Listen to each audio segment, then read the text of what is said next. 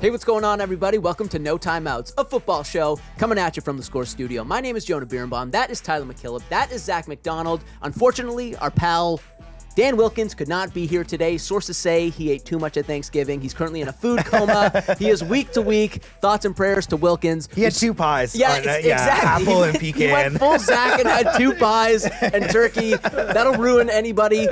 Speaking of Thanksgiving, gents, it's history, which means we are officially in the home stretch of the regular season. It's going to be a wild finish just based on how bunched together, how tight the standings are right now across the entire NFL, and how meaningful every game is from here on out. Let's jump right into our Week 13 reflections. T, what stood out to you this week? Yeah, it's like I said to you, Zach, a few weeks ago. It's like once we get into December, there's only so many teams we want to still talk about because now we're getting to that race of the postseason. But I'm looking at Houston, and it's like this is a team that I think is even better than most people are starting to think. When you go back and look at, they're 7-5, but their losses during the season so far are against some very good teams. The Rams, Bucks, Jags, Seahawks, and Broncos. All teams we expect to be in the postseason. And all of those losses were by one score. Quality losses. College football fans love to hear this sound quality losses. But the one thing I take away from this team is everybody knows their defense is elite. Like, there's no question that Will Anderson and Dale Hunter are the best pass rush duo in the entire league. They're both top 5 in pass rush win rate. They're both top 5 in total pressures on the season. Derek Stingley Jr. is one of the best defensive backs in the league. He's crazy. Kamari Lassiter in year 2 has been excellent. They got 2 really, really good corners they can lean on. And offensively, this is a team that I think has the chance, and I think this season more than ever, it's about hitting your stride at the right time. And offensively, we could see the Texans do that. Now, the run game, I don't think is going to change. That's what I was going to bring up. Yeah, it's like you, especially for a team with this good of a defense, like you would love to see them. I don't even think it's the problem with the way the run game's set up. They just don't have the dogs in the backfield. Yes, between both Woody Marks and Nick Chubb and this offensive line, I don't think they're going to be moving bodies in short yardage area of the field. They're brutal and have been all year. I don't think that's going to change. But we're also seeing some of these rookies come on, like a Jaden Higgins is playing a lot more. Yeah, he's been so good. Nico Collins is healthy. We can see Nico Collins is starting to look like Nico Collins again. We could see this pass game start to elevate, and I think CJ Stroud getting back is going to help them do that. Like, I've always been a believer in Stroud. I feel like the entire world is really starting to fall off on him as a talent, as a player. I think they forget about how good he was in his rookie season. I think this offense could hit its stride at the perfect time.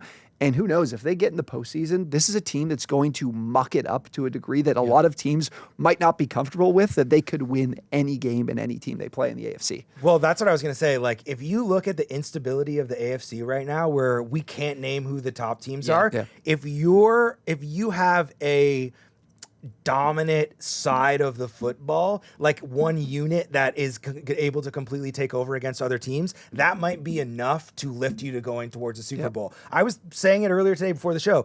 If there was any year, it's been a really long time. We talked about Cinderella Super Bowl winners. We talked about the Nick Foles Eagles, the Giants, and then you have to go all the way back to like the 2000 Ravens and the Gray Show on Turf Rams.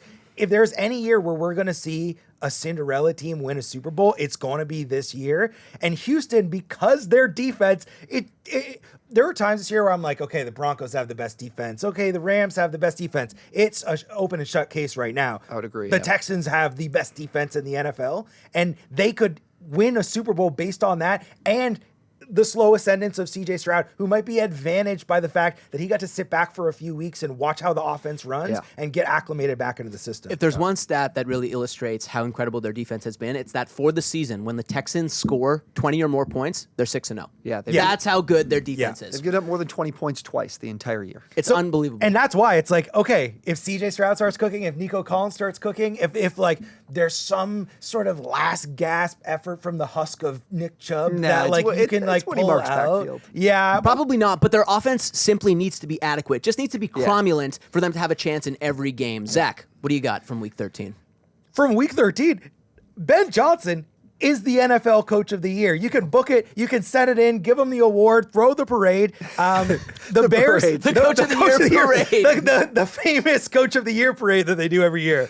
The Bears needed a signature win. That's been the talk about them, much like the Patriots. They haven't had a big win. They got one against the Eagles, if you want to call that a signature win at this point. They're a little bit sketchy, but still, that's a huge win for them. And their success is so tied to the vision of Ben Johnson. When he came in, he wanted to beef up the middle of the interior line and bring in Joe Thuney so that he was able to run these very unique and beautiful run schemes that they have two dominant tackles that are physically outmanning the person that they're lining up from. Darnell Wright is just an absolute machine out there. And he had Kyle Monangai and DeAndre Swift. I think Monangai had 130 yards rushing. Swift had 125 yards rushing. This is not David Montgomery and Jahmyr Gibbs that we're talking about, right? No, these are not the most talented backs in the league. But what happened was Ben Johnson is so able to install his culture, and the way he's running traps, they had Reed Shepard moving wherever they wanted to around the field because of motions that they were using. They're getting their offensive linemen to the second level, making big blocks, and they're running for 150 yards because of the way that they're scheming things.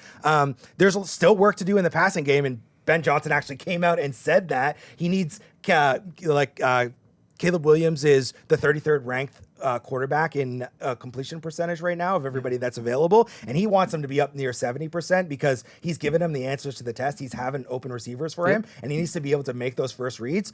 But Caleb Williams is also making some really incredible athletic plays. And when you put all of this together, he's at the end of the game taking his shirt off so everybody in the city of Chicago gets free hot dogs. Ben Johnson is the coach of the year because what he set out to do, he has accomplished. And by the way, the Detroit Lions have a worse record than the Chicago Bears, and Ben Johnson is the head coach of the Chicago Bears. So what does that tell you about the job that he's done with that team? Look, I don't want to belittle how much Ben Johnson has accomplished with the Bears this year. It's unbelievable. Last year they had a bottom 5 offense. This year they're 8th best in the NFL. But I have 2 words in rebuttal. Mike Vrabel. Man, look at what he has done in New England. They were destitute last year in the first season of Drake May under Gerard Mayo. They finished 4-13. They come in with Mike Vrabel as their new head coach. They now have the best record in the entire NFL. And look, their schedule has been very soft this season. Don't get me wrong. But I think if you look at how he's turned what was, again, another bottom 5 offense in New England into one of the league's better ones, and what he's done to that defense, I just think that he's transformed the Patriots more comprehensively than Ben Johnson has the Bears, whose defense is still pretty lackluster. For me, I think it's Vrabel, but obviously Ben Johnson's done an incredible job in Chicago. That being said, Jonah, who's the MVP of the NFL right now? Oh, man.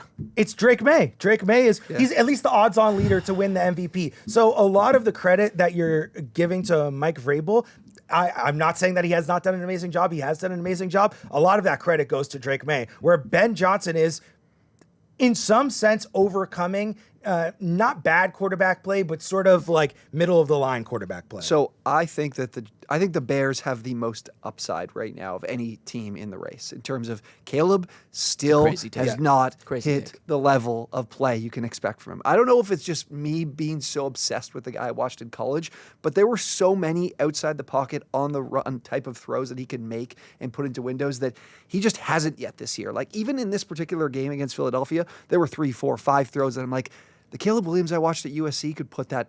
Like there are a few very difficult throws, but plays I expect him to make. They're still missing that. They also got Brisker and Jalen Johnson back. Jalen Johnson last year was one of the best corners in the league. Like there is still another level here. There's still another level Chicago could potentially hit. Offensively, yes, but I think this team is capped on how far they can go because of how porous their defense is. They're still, 25th in the NFL in points allowed per game. They can't pressure the quarterback. Yeah, no, you're right. You're right. But there's a lot of flawed teams, and there's a world where the Bears are the best offense in the NFL. It might not happen this year. I do because wonder, I just have that belief in Caleb. I would like to know from a coach, like how much of a leap. Because the things that Ben Johnson was talking about in that interview where he's saying Caleb Williams still needs to work, he's saying like the drops are like, he's not taking as many steps as he needs to take. Like his footwork is not exactly there. Yeah. I do wonder, is that a problem that gets fixed in the offseason, or is that something that you can be working on now? I think it's that player is still there inside. Yeah. Maybe it is gone, but if you watch the game, there's a few plays a game where it's like, I've seen you make this throw. Why aren't you making them right now? Because everything else, this offensive line might be the best. Yeah. They're top 2, 3 in the league right now, which Caleb, that was not the case last year for this team too. All right, T, let's move on. What else you got from week 13? I feel like I really need to set the table for everybody. We're screaming about the Patriots might be a fraud. The Broncos are a fraud. Maybe the Colts are a fraud.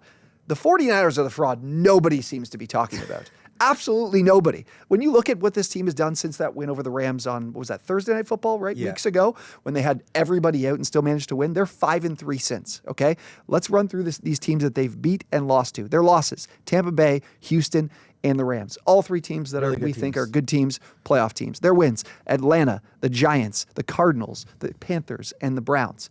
5 teams I don't think are making the playoffs. Maybe somebody wants to argue. He might disagree with Carolina, but we'll get there. But this team is they've beaten absolutely nobody. And on both sides of the ball, I think they have glaring issues that for some reason nobody is talking about. This is the worst pass rush in the NFL. 3.5% sack rate. Like, that is far and away the worst in the league. Obviously, injuries are the reason Nick for Bosa that. obviously is gigantic. Yes, the injuries are the reason, but they're 31st in pressure rate as well. And you look at Shedeur Sanders this past week, he had over 3.5 seconds to throw. That was by far the most in the entire league from any starter. They're just not generating a pass rush. They just haven't played a team that's going to make them pay for it yet. And then you look at the run game, it's abysmal. Yeah, it is awful. It is terrible. Yeah. Right now, Christian McCaffrey... Which is like so crazy from a 49ers Kyle Shanahan. And that's what team. they want to do. They're running the ball a ton anyways, despite the fact they have the second worst rushing attack in the entire league by yards per carry, 3.5. Christian McCaffrey's averaging 2.47 yards after contact per touch. That's 50th in the NFL. And their stuff, as a team, their stuff rate is well over 20%, 25th in the league. And then Brock's been back. Yeah. And has he, though? Has he been back? Yeah, like his timing is just incredibly off. And look, ultimately, we're only, George Kittle's that high-level weapon for him.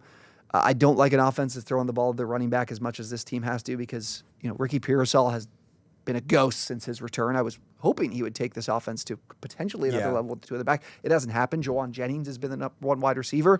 By the way, look up Jawan Jennings on Twitter, and there's a quote out there about Jawan Jennings that is one of the greatest quotes I've heard in a really long time. But they get the bye week this week, and they have the Titans. They're going to have 10 wins, and I'm telling you, I desperately need this team to not get to 11 and make the postseason. But here's the question is, when you say the 49ers are frauds, what do you mean by fraud? Because I don't think that anybody is sitting here being like, the 49ers should be Super Bowl they are favorites. 9-4, right? Yeah. I think that they're not a fraud in terms of, I don't think anyone thinks they're winning the Super Bowl. No. I don't think that they're a playoff team, quite frankly. Like, if they played even a mediocre schedule, they had one of the easy, like the Patriots we talk about, the 49ers is just as easy. I don't agree with them not being a playoff team. First of all, The Lions are a better team.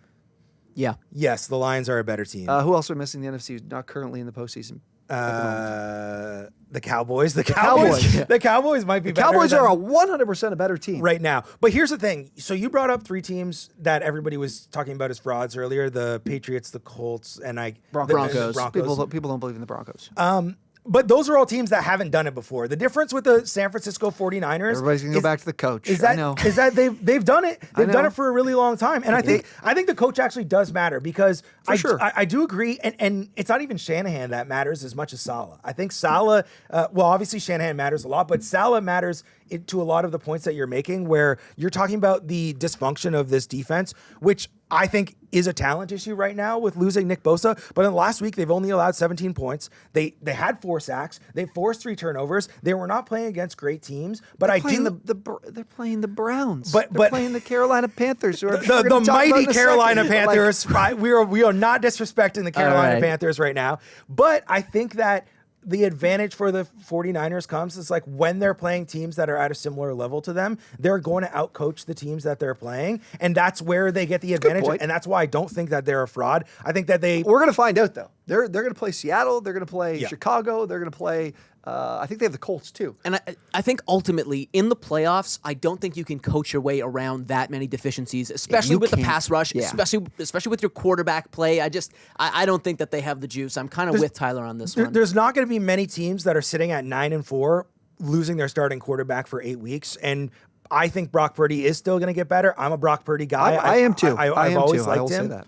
So I think that I still think there is room for them to grow, and I think they kind of rounded to form at this time of year, and they do need more out of the running game. I'm surprised they can't find where are the Fred Wilson, Jeff Jordan, Wilson, Jeff Wilson Jr., Jordan Robinson. Mason, Matt Breida. Yeah. Where are these guys? How come Shanahan hasn't drawn one up yet? That's true. Speaking of teams that are Hitting their stride, rounding into form. Oh, hell yeah. Wrap up this segment, Zach. I didn't know the title of this segment was Yeah. I changed it. I changed it. Jonah, my friend, I've seen the future, and the Carolina Panthers are going to the NFL playoffs. Last week, the Panthers, we did a segment. We looked at the Panthers schedule. We went through, we did all of the wins. We were thinking about scenarios where at the end of the season, they're playing against the Buccaneers in the Sunday night game to win the NFC South. And you said they were going to lose both of them. But guess what we did not? Guess what we did not account for? Them beating the Rams. We did not account for them beating the Los Angeles Rams. And you know what? You can only deal with what the information that you're dealt. And I'm looking at the Carolina Panthers. This is a team that's taken down the Cowboys. They've taken down the Rams. They've taken down the Packers. I know the Falcons are not a great team, but they swept the Falcons. It's really hard to sweep a divisional foe. And when you start to see what they're doing, Bryce Young has had more good games than he's had bad games this year. Balling out. They've got Chuba Hubbard is back now healthy, and a duo between Chuba Hubbard and Rico Dowdle in the backfield is an effective way to win the game. They ran the ball 40 times last week, and they were running all over. Chuba was making big plays. It allows Rico Dowdle to settle into more natural roles, kind of a third down, make explosive play type of guys. The team is littered with players who are extremely talented because they always have top picks in the draft. Yep. So even on defense, they're going to find ways to go about this thing. You saw Jalen Coker make a huge play in the game. Teteroa McMillan, he's been unbelievable. He's been the best wide receiver from the draft class, even when you consider how great of a start Emeka Egbuka got out to the start of the year. T-Mac, I think, is the best receiver from that draft so far. There's just a lot of really good pieces here, and at some point, you just have to kind of account for the randomness of an NFL season. They're playing the Saints this week. They would never lose to a team like the Saints. Again, they never lose to them twice in a season. They're not getting swept by the Saints, and then you have 2 games against the Bucs, which obviously are going to be pivotal games for both teams. And I know they can beat the Bucs in one of those games, and I think that there's a chance that they could beat them in both of those games. I hate to poo-poo this team, but like... They're so fun, T-Mac. We had the end zone or the interception from Stafford. We had the late game, obviously. The Rams were just sitting here like, we're just going to burn this clock down. We're going to punch this ball in the end zone, and this story will be over. And then Stafford gets sacked and fumbled, and the game ends up. Well, the strip Panthers sack. had to make it was a nice play. The Panthers had to make a couple plays to also milk out the rest of the clock. I just think a lot of things went their way, and it's the case of, every time this team pulls out the big win, you go and look, and it's like, oh, a game where Bryce Young through as few times as we possibly could to help them. But Tyler, eventually though, when you stack up so many of they've those got wins some good like wins. that, it becomes impressive. Like obviously, yes, if this was week 4 and the Rams or the Panthers beat the Rams, I would be sitting here being like, oh, that was fun. Like they had a good game, but it's not making me too excited. It's just happened too many times now that I cannot dismiss this as there's obviously something that's going on well here. And like I said, I pointed out some things that I genuinely think they're doing really well. Dave Canales is doing a really good job. Sure. Yeah, the offensive line has been dominant. That's why their run game has been so good. I just would not. I wouldn't want to watch this team. The Bucs and the Bucs are faltering. No, they're not. They're absolutely. The Bucs never say die, man. And ailing Baker Mayfield, no big deal. They're still gonna pull out that dub. They got that dog in them, man. Since Baker Mayfield has been injured, he's not been the same player. So maybe you're right. Maybe Bucky Irving gets healthy. Maybe Baker is able to sort of rejuvenate some of that early season running around, which he was doing a lot, which he hasn't been doing since he's been injured. That's the hope for the Bucs, but they've certainly been. They feel like the Colts in the sense that they've been trending down for a long time now. It's just with the Panthers, it wouldn't surprise me, for instance, if they were to go 1-4 to close out the season, because they've been so inconsistent all year. They lose to New Orleans, and then they beat the Rams, and they lose to the Niners, and they beat the Packers. Like, they're all over the place. They either score 30 or more points or score 10 or fewer points. I don't know what to make of them. Up is down, down is right. They're not making the playoffs. I put, just quickly before we end that, I made a video on Instagram about the Panthers, and some guy was like, Panthers fan was like, don't worry, like, we're going to lose next week. Like, we play great against great teams. We play bad against bad teams. Never estimate us. Not underestimate, just never estimate us at all. Yeah, you have no idea what's going to happen. Exactly. Good stuff, gents. Boys, Wilk obviously isn't here, but our man still finds a way to contribute to the show. This morning on thescore.com and the Score app, Wilkins put up his weekly NFL power rankings, and he invited us he encouraged us to roast them on today's show because, by his own admission, and as we've been talking about endlessly on this show, the top 10 spots in the NFL are incredibly hard to assign. There is so much parity in the league. There are no true juggernauts, and every week it seems we're learning something new about a team or having some other convicted idea about a team dispelled right in front of us. All that is to say, this is a very tough gig doing NFL power rankings right now. With that preamble out of the way, let's take a look at Wilkins' top 10 from the Week 14 power rankings. There you go. They're on the monitor down there. And at number 1, Wilkins' top-ranked team in the NFL, we got the Los Angeles Rams. Interesting, number 1, coming off a loss against your Carolina Panthers. Boys, what do we make of that? I think we still all know how good they are. I think this was a case of maybe the Rams needing potentially a little bit of a humbling, especially on defense, because they got ran on pretty well by Carolina, but offensively still looked really, really good. Honestly, the Kyren run game last week looked fantastic. So if that continues, this team, again, is still the best in the league. We're at the point of the season where we don't need to freak out about individual results of singular games. So I'm not freaking out about the Rams losing to the Panthers. I still think they're the best team. I'm not freaking out either. I just wonder if it makes more sense to have the Seahawks up there, given that but they have the better point differential. I know. I don't even know if I'll have the Seahawks at number 2, to be completely honest with you. Like, watching the Patriots play football last night, they looked so good. They simply came out and it's very rare that you see a team completely outclass another NFL team. The Giants couldn't even get started. It was an outclassing. There comes a point where it's like, New England's played nobody. Like, how do we know if they're any good? But also, there are a lot of teams that go out, just like we saw the Lions a couple weeks ago against New York, and like put themselves in a spot where they might not win a game, or at least we've obviously seen the terrible loss from the Packers losing to Carolina, but like the Patriots just win games without a doubt right now. So, and that's the thing to me is why I'm quibbling with the Packers at 3 is that it just feels like a big jump for a team that all season long has been winning so unconvincingly. Yeah. And yes, obviously they've beaten the Lions twice, and that's huge, and their passing offense looked really good against Detroit. Detroit's defense has not looked especially stout of late. Yep. And I don't know. I think coming into Thanksgiving, all of us were like, are the Packers worse than the Cowboys? Or like, it just, I don't know. That to me feels like a big jump to go up to 3. What I will say about the Packers is Christian Watson coming back for them has made a gigantic difference in the way that they play. Yep. Matt LaFleur has a tendency to kind of play very conservative when he thinks the team is going to win, but when he's playing against better teams, he goes a little bit more balls to the wall. And now I think Jordan Love wants to be a player who stretches the field and throws these bombs, and I think he finally has a guy that he's able to do that with. So I think going forward, if the Packers continue to institute the deep passing through him and then maybe get Matthew Golden in there and try and find some opportunities to do that, I think they look a lot better. It's like what we talked about with Houston. Like, Green Bay's defense is still going to dominate, but their offense probably has a higher ceiling than Houston does. They could get Jaden Reed back too, which, again, we're missing Kraft so much. Reed could what's the Moneyball? We could recreate him in the afterlife. In the afterlife.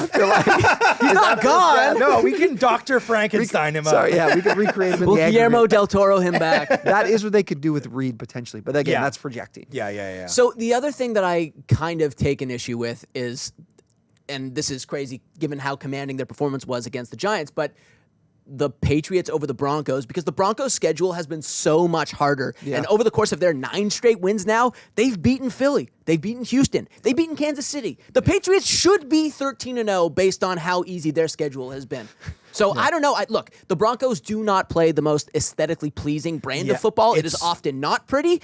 But look at the results. They always find a way to win. And I'm kind of loath to say this because it's so loaded. It's almost Tebow-esque the way that they're doing this because Bo Nix leads the NFL in fourth quarter comebacks and in game-winning drives. Dan, we know Dan's a Bo Nix hater, so that probably plays a part. You are too. Yeah, I would agree. But I hate Bo Nix. He's gonna stick it in our face all the way to the Super Bowl. To be honest with you, I hate the Broncos. I don't want them to succeed because of the way that they play football. It's so hideous. Like the first half of the game that they're playing on Sunday, where just watching that, it is like actually aggravating me that I'm having to watch them play this kind of football and that they're so good. It's hard to argue. It's like, but I don't know. It's like I look at the Texans. And all the things that T-Mac is saying is like the Texans do have a better defense than the Broncos. I am taking C.J. Stroud over Bo Nix. I I could, records aside, where the power rankings are not about the records. I could put the Texans over the Broncos. I feel can't good do about that. The way that Dan treats his power rankings, I believe what you're saying is right in terms of he does not. Records are part of the equation, but it's more about how good he thinks you truly are. Yeah, and true what your talent ceiling level. is. I think that's why he still has the Eagles and the Lions in here. Another one. That's another one. I'll flip the Lions and Eagles for me too. I think the Lions are better than the Eagles. Hold The on. Eagles are Before we get collapsing. down there, how do we feel about the Bears at 6? I mean, they got one of the best records in the NFC, and I think he's They're sort of the starting San to Francisco see. 49ers, my friend. I think I don't he's- see them on the I top think 10 he's- here. They're the I think number he's one seed. starting to see where their ceiling could be, like we talked about. But yeah, I think he said that he didn't even have them inside his top 10 until this week after the win. And again, if he's going to respect the Eagles the way he is, then the Bears have to get some respect too. Look, this is don't know. the most. There's a reason why there's no Dan isn't right here today. It's answers because here. doing this job took everything he had yesterday. So What about are there any teams that you're looking at that should be on the list that are not on? well, the that's the list, thing. It's Mac? like, are we sure should the Bills be in? Yeah. The bounce back, should they be back in this? Are you sure you're completely out on the Chiefs that they're not a top 10 team in the league anymore? But it's like, listen, let's just take what we have, and what we have is the Bills and Chiefs are extremely flawed teams that, despite beating the Colts 2 weeks ago, they probably shouldn't be in here. the Chiefs do not deserve to be on this list. No, I agree. That was a rightful omission. I'm a little bit quibbling with the Colts at 8. I'm very concerned about the Colts. I Yeah. think that I said last week that they're in the process of getting exposed, and then they go out and lose to Houston, and the book is out on them. Stack the box, deny them the run game, and force Daniel Jones to make plays, and they're in a bit of trouble. In fact, in games where the Colts are held to 100 rushing yards or less, they're 1-4. Yeah. 1-4. Yeah. So I don't And know. especially they're extra limited with Daniel Jones's battling an injury right now. Yeah. There was a terrible clip of him at practice, could barely walk to the huddle. Like, if he can't move, if he doesn't have that mobility, that severely limits his game. Yeah, so I mean, that's the thing is that I don't know. I can't really criticize Wilk too much. Neutral field game right now. The Indianapolis Colts are playing the Dallas Cowboys. Which team are you taking? I'm taking in the that game? Cowboys. Yeah. I'm taking the Cowboys. I would take the Colts. I think they would be able to have their way offensively, even though I think both teams potentially would. But I'd The be Cowboys' a little bit more defense is a lot concerned better about the since Cowboys' defense. Adding Logan Wilson and Yeah. adding Quinnen Williams and for sure. I think Be there's a very good game, though. Yeah, no, there's probably no argument that the Cowboys deserve to be in the top 10, but Quite yet. I mean, they play Detroit this week. That's the thing. Next week they Yeah. could very conceivably be on here. Wilk, You're- we know you're watching at home. Thanks for that, pal. yeah, everyone was wrong, Wilk. You messed it all up. It's all wrong. Yeah, don't go to comments probably calling you. Don't come in next Tuesday. All right, we're at halftime in this week's show. Zachy, what do you got? Ooh, we got a little 2-minute drill. Let's go, baby. It's sweeping the nation. Everybody's favorite game. This week, Questions, they're incredible. I don't know what you have. I don't know what you have cooked up today. We're doing this with Jonah, right? we're doing with Jonah this week. Yeah, Jonah is going to run. It's his first ever 2-minute drill. So hopefully not we to can disappoint. hit that same level of questions. All right, Jonah, are you ready? Let's go, baby. All right, the timer started. Aliens land on planet Earth and demand to understand the beauty of American football. You have one game to show them. Which game do you pick? Helmet catch. Helmet catch. Okay, great game. What's more likely 7 years from now? Shadur Sanders is a fledgling star on a CW network television show or the starting quarterback of the Cleveland Browns? It could be a reality show. Reality TV star. Okay, great. You are the GM of the Detroit Lions, Jonah, and seconds before every human gets their memory wiped from the past year and a half, you have the option to trade Dan Campbell for Ben Johnson as your head coach. Would you make that swap? No. You're keeping I like Dan Dan Campbell. Campbell, All yeah. right, all right. He keeps it 100. He definitely keeps it 100. Last year might have been our best shot. Ben Johnson, I mean, Seems the pretty shirt off. vindicated. The Buccaneers offer you lifelong free season tickets. You're sitting in the suite. You got a private charter jet to any game you want, but for one play each season, you must go all out as a member of the kickoff team. Would you take that deal? 100%.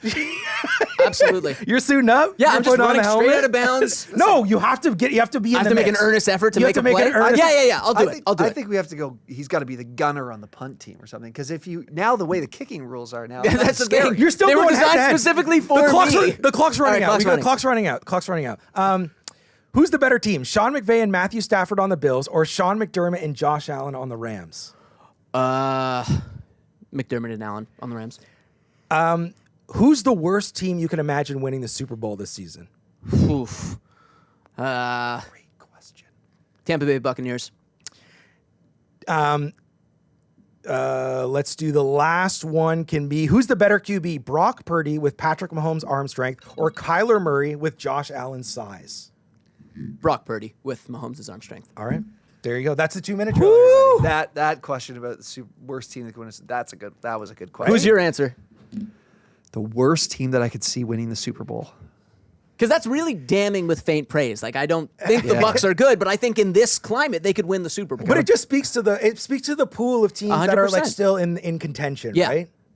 I think the worst team I could see winning the Super Bowl would have to be, gosh, is it a cop-out to say the Ravens? Yes. I think the Ravens are a great answer. The Ravens do not look good right now. I know, but they like were it's without just the Lamar for a respect third of the and the season, and MVP, like yeah. the talent is there. I think the I Ravens think are. the Bears are. I think the Bears are. Yeah. So is that to say you think the Bears are worse than the Bucs, or you don't think the Bucs can win the Super Bowl? I don't think the Bucs can win the Super Bowl because Okay. I think their defensive issues are the exact same as the Bears, but I think the Bears' offense has a higher ceiling, just like I was saying earlier. Okay. That's such a good question. That was a Zach. great question. Thank well you. done. Thank you. You quarterbacked the hell out of that.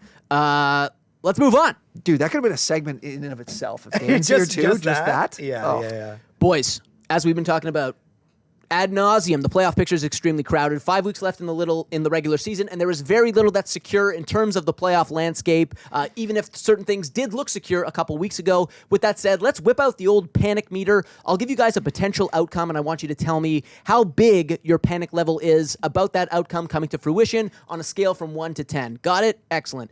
Number 1, T, we'll give this one to you. How much are you panicking about the possibility of the Colts squandering the AFC South?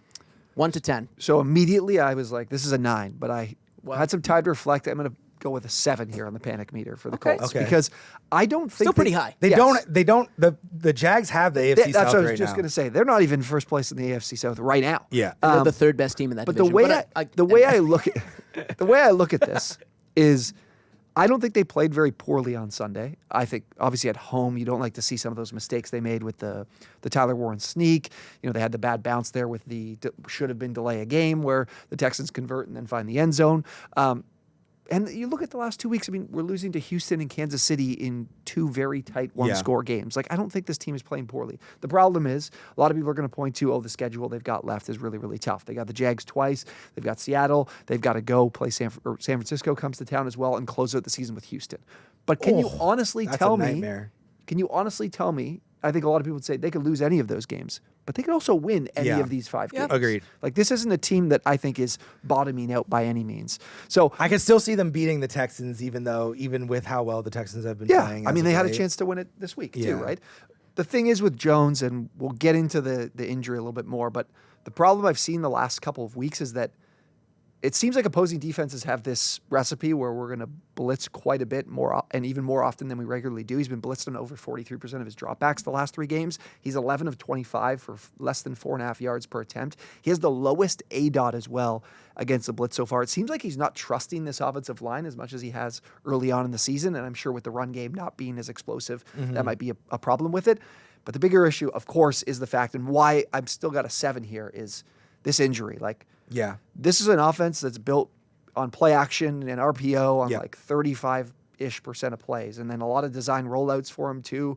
I don't think he looked that immobile last week. Like, I think it was clear he wasn't going to be the same guy with, the rollouts and escaping the pocket and whatnot, but I didn't think he looked. It's crazy that we talk about this injury and it's like, this guy's a fractured bone and he's still able to take the field. But the best quality of Daniel Jones's game and the reason why the Colts wanted him to be the starting quarterback is because he is a dynamic athlete. And the margin of error on that is like very slim. Right. Like, you're even seeing it with the Ravens right now and the way that Lamar Jackson is playing.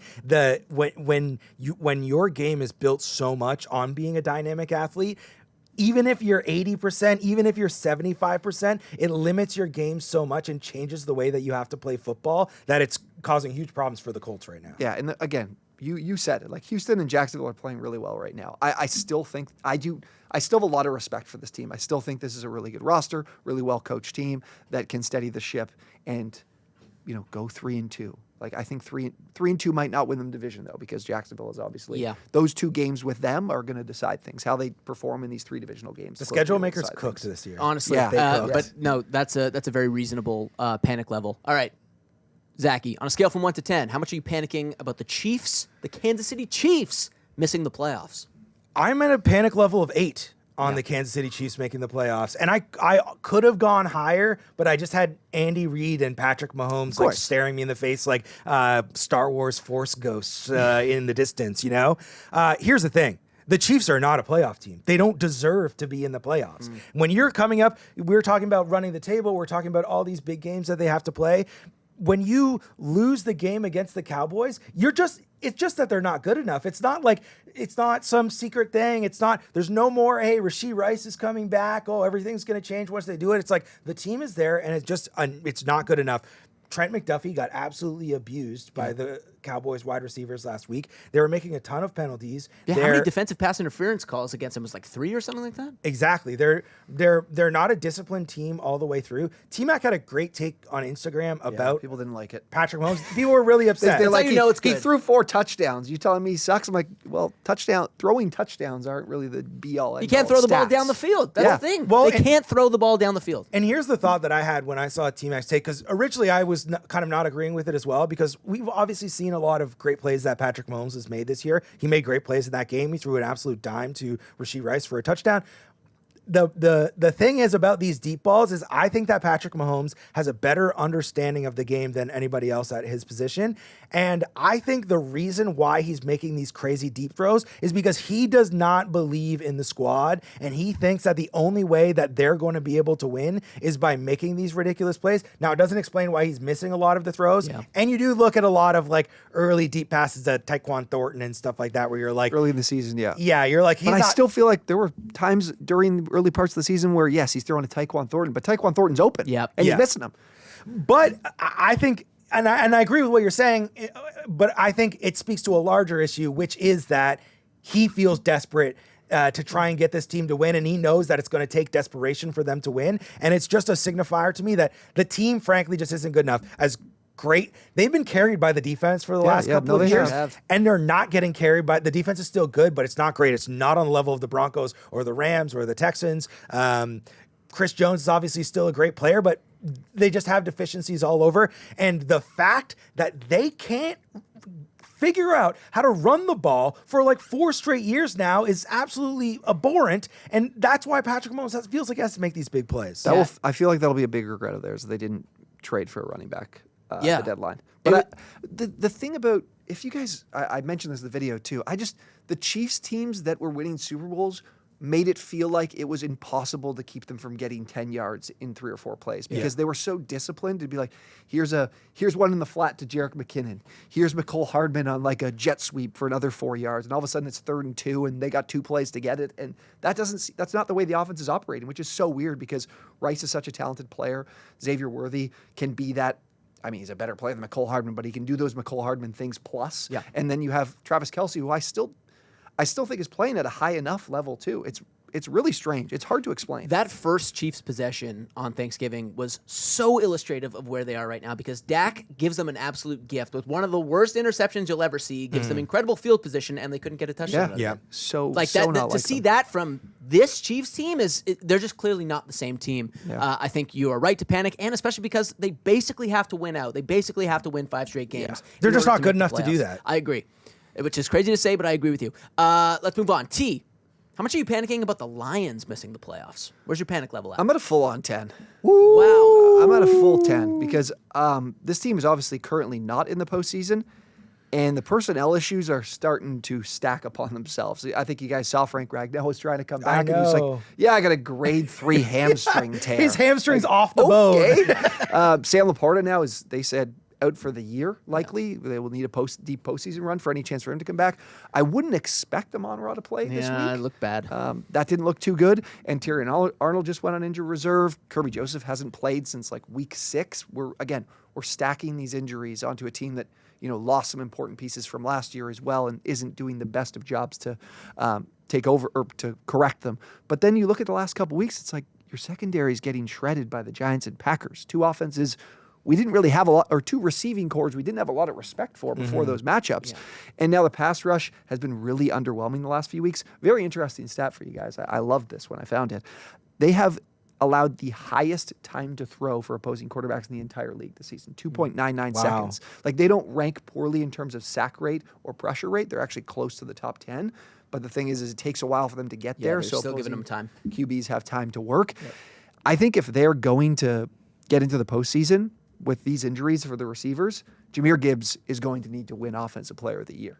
Yeah. Which potentially could happen. The schedule is not like the most overwhelming of talent defensively they go up against. I think he's plus 6,600 at the score bet. If you think the Lions can make the playoffs, I would bet that. Yeah. I love watching Jahmyr Gibbs play football. He's going to have to play at that. Terrion Arnold also out for the season. Yeah, it was so. Speaking of the injuries, like it was really cool to see Jameson Williams when the sun god went down, step up and like turn in this really big game, and then it's like crucial situations, bad drop. You know what I mean?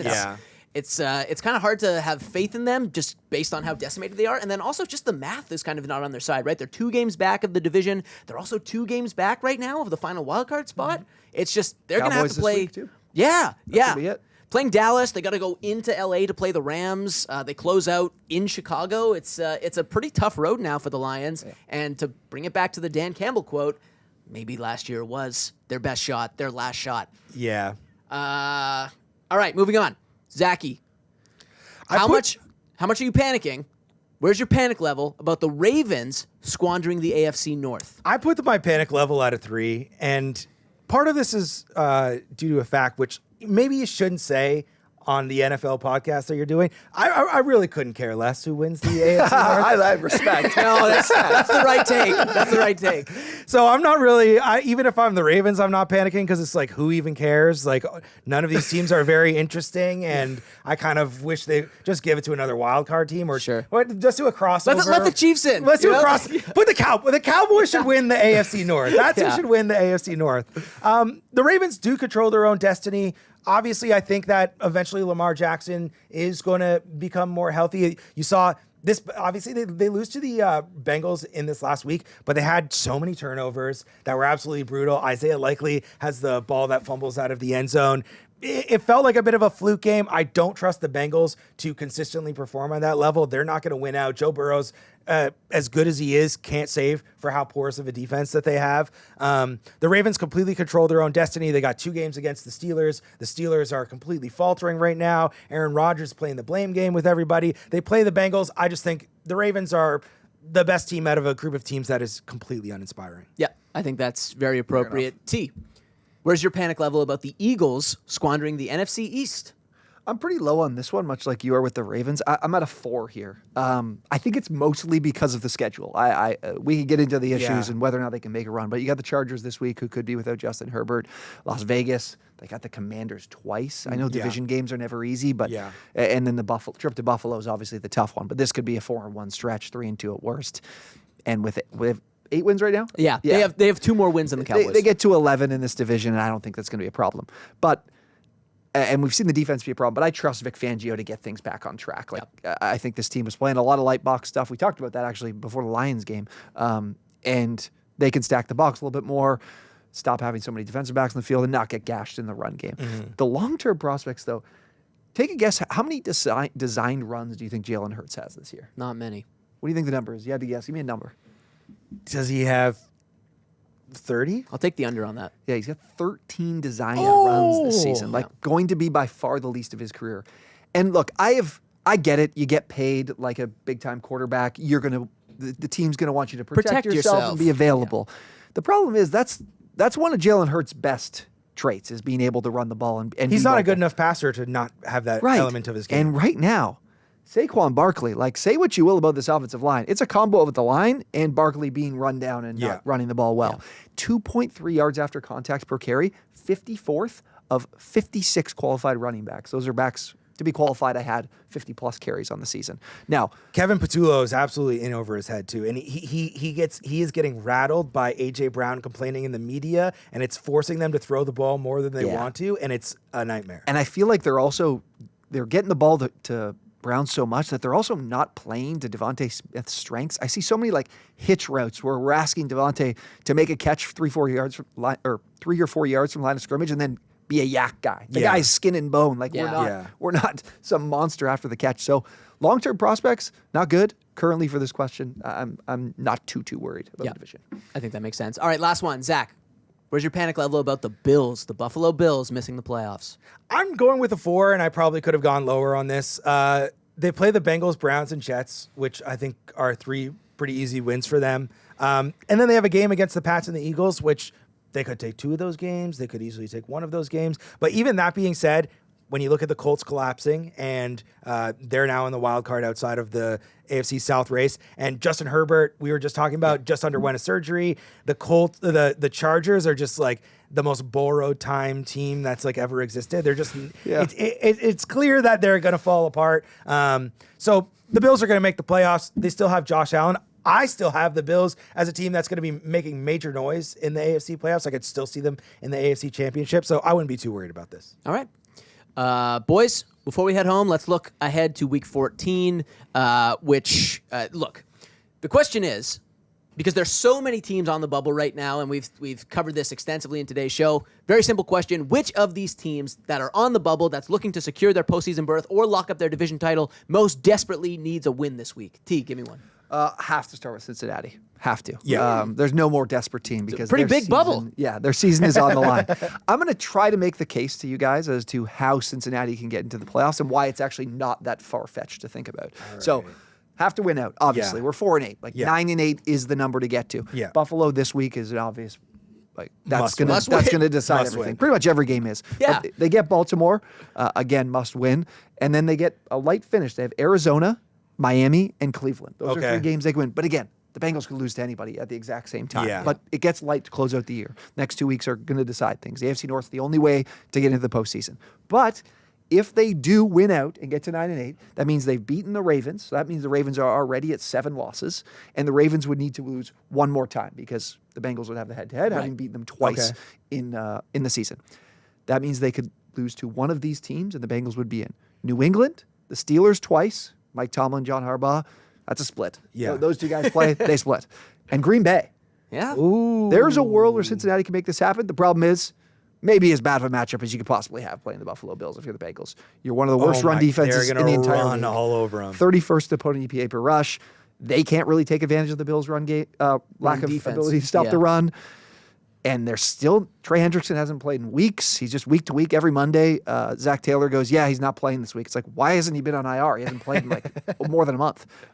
So yeah, making it happen though is unlikely, but there is a path. I just remember last year I was really hot on. I had a Joe Burrow MVP ticket from earlier in the season, and I was so hot on them making the playoffs at the end of the season, and they were going on a run, and they just didn't.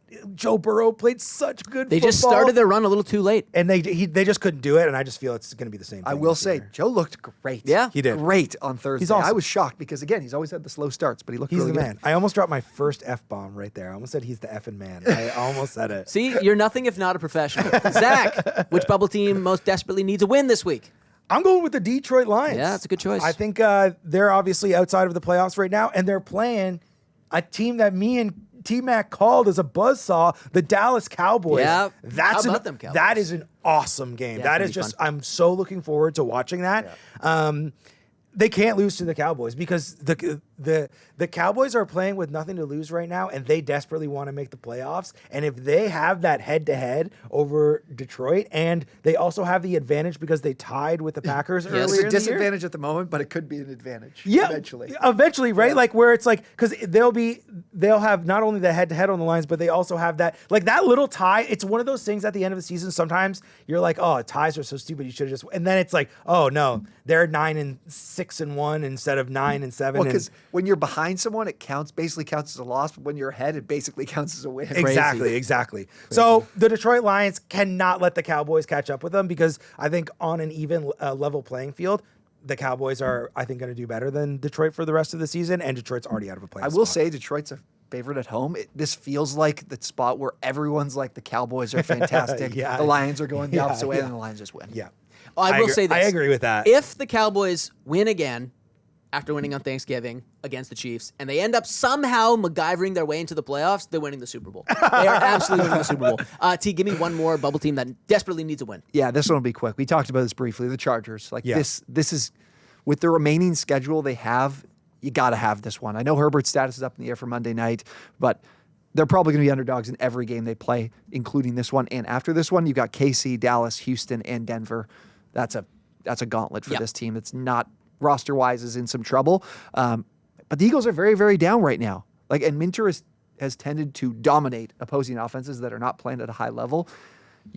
I think you got to take advantage of this opportunity, because if you can get to 9, and then, if you get to 9. Sorry, you need to get to 10. You can't get to 10 maybe if you don't 11. get to 9. Maybe 11. They need this one, because this might be one. their best chance of their 5 remaining games. Mm-hmm. Zachy, close it out. One more team. My last one is just a divisional matchup. The Colts need to beat the Jaguars. Big old game. They need to get that AFC South back, because I think the difference between the Colts making and not making the playoffs is whether or not they can win the division. Because when you have the Texans and the Chiefs and the Steelers breathing down your throat to try and get into that wild card spot, it's going to be a very tough road. If Jacksonville wins this game, the division is going to be really easy for them to win at this point. So they really need to beat the Jags. The Chiefs also hold that head-to-head edge, which could be a problem in the wild card. Now, the Chiefs have lost to every other team currently sitting in the wild card spot, so maybe it won't, but that could come into play. We'll see. That'll about do it for today's episode of No Timeouts, a football show. Once again, that's Zak McDonald. That's Tyler MacKillop. My name is Jonah Birenbaum. We'll see you next time. Miss you, Wilkie.